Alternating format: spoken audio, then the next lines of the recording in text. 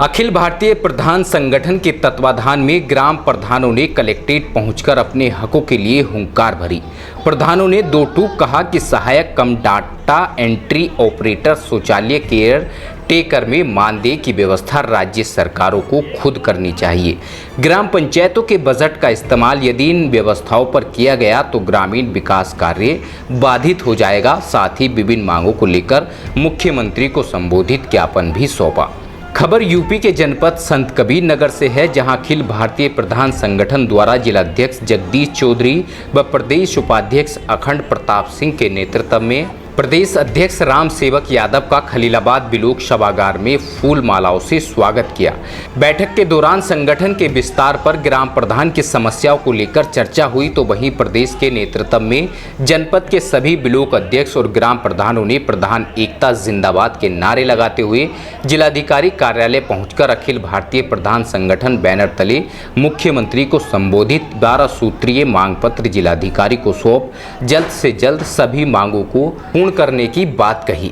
अखिल भारतीय प्रधान संगठन द्वारा 73वें संविधान संशोधन विधेयक के तहत उनकी विषय व उनसे जुड़े अधिकार कोष कार्य और पंचायत कर्मियों को पंचायतों को सौंपकर सत्ता विकेंद्रीकरण कर आदेश व्यवस्था लागू करने की मांग की।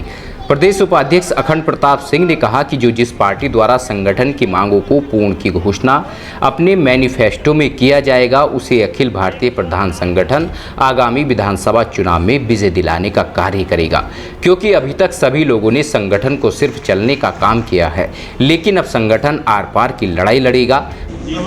सीधे हमारा उद्देश्य 73वां संविधान संशोधन सरकार लागू करे, जिससे हमारे प्रधान साथियों को ग्राम सरकार का अधिकार प्राप्त हो, और जब उनको अधिकार प्राप्त हो जाएगा तो हमारी जितनी भी कमियां हैं उसको दुरुस्त करने का अधिकार मुझे होगा।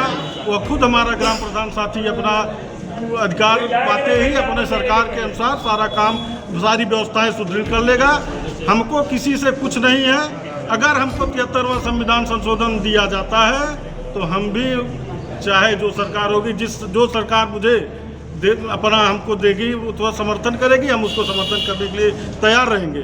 लेकिन अगर हमारी मांगों को नहीं माना गया तो 22 में निश्चित ही अखिल भारतीय प्रधान संगठन इस सरकार का विरोध करेगा।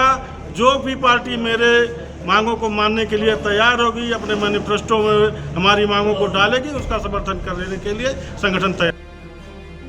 वहीं जिलाध्यक्ष जगदीश चौधरी ने कहा कि जिला योजना समिति में प्रधानों को प्रतिनिधित्व करने का अधिकार दिया जाए, साथ ही 10 लाख तक के कार्य एस्टीमेट पास कराने के ग्राम सभा को पूर्ण अधिकार दिया जाए।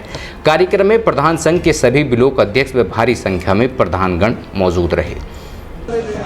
देखिए, आज का जो कार्यक्रम है वो कार्यक्रम ये है कि यहाँ से बैठक करने के बाद हम माननीय जिलाधिकारी महोदय जी के यहाँ जाएंगे और उनको 12 सूत्री मांगों का ज्ञापन देंगे। उनके द्वारा माननीय मुख्यमंत्री जी, महामहिम राज्यपाल महोदया और महामहिम राष्ट्रपति महोदय को जिलाधिकारी के माध्यम से ज्ञापन भेजा जाएगा। क्या प्रमुख मांगे हैं आपकी? हमारी प्रमुख मांगे ये है कि 1992-93 में 73वां संविधान संशोधन विधेयक लोकसभा में पारित हुआ था, जिसके तहत गांव को सरकार का दर्जा दिया गया था। 29 विभाग दिए गए थे, गणराज्य का दर्जा दिया गया था। 29 विभाग के कोष कर्मी वो दिए गए थे और माननीय कल्याण सिंह जी ने इसे 11 विभाग देकर के लागू भी किया था। लेकिन दुर्भाग्य रहा कि उसके बाद जितनी सरकारें आई वो सारे अधिकार छीनते चले जा रहे हैं और सारे अधिकार छीन लिए हैं। आज हमारा प्रधान साथी एक बंधुआ मजदूर की तरह बंध करके रह गया है। उसको इतना बांध दिया है कि स्वतंत्रता से वो काम ही नहीं कर पाता है, स्वतंत्रता से काम करने ही नहीं दिया जाता है। संविधान ने व्यवस्था दी है मित्रों कि गांव सभा की खुली बैठक जो हो जाए, उसमें जो प्रस्ताव पारित हो जाए, उसके बाद गांव सभा का जो हमारा मंत्रिमंडल है 11, 13, 15 मेंबर है, उनका अनुमोदन मिल जाए, फिर एस्टीमेट बना करके काम शुरू कर देना चाहिए। लेकिन आज की डेट में सरकार में बैठे लोग ये कहते हैं कि जो प्रस्ताव हम लखनऊ से भेज रहे हैं आप उसको मानिए, गांव सभा के प्रस्ताव को खारिज कर दीजिए, सरकार के गांव की जो सरकार है उसका प्रस्ताव खारिज कर दीजिए, और जबरदस्ती डंडा मार करके काम कराते हैं कि आप इसी काम को करेंगे, नाली खड़ंजा नहीं बनाएंगे। आगामी विधानसभा चुनाव में संगठन की क्या रणनीति है? संत कबीर नगर से विनोद कुमार की रिपोर्ट।